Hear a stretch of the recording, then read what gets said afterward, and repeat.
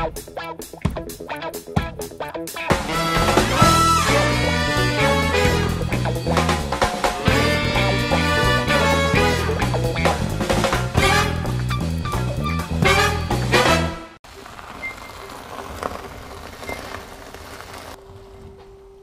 guys!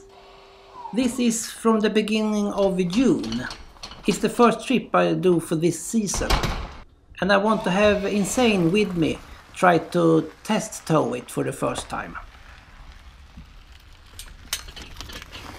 The Insane was running well on this trip, but I have a high idle I couldn't adjust down. And then she smokes a lot. I have tried to solve the problems with her since then. And the last week I've been working really hard, so I haven't had any time to do any movies. So it's a short movie this week. All problems begin when I change the nozzles. In this video and earlier I have drilled up the nozzles in one of the carburetors. And I ordered new ones to get the right size. And since then I have had lots of problems with her. And I found lots of problems, and each time I think, oh, this is the one. No, she will run very well. But that's not the case. So we will see in the future if I get her run like she should be.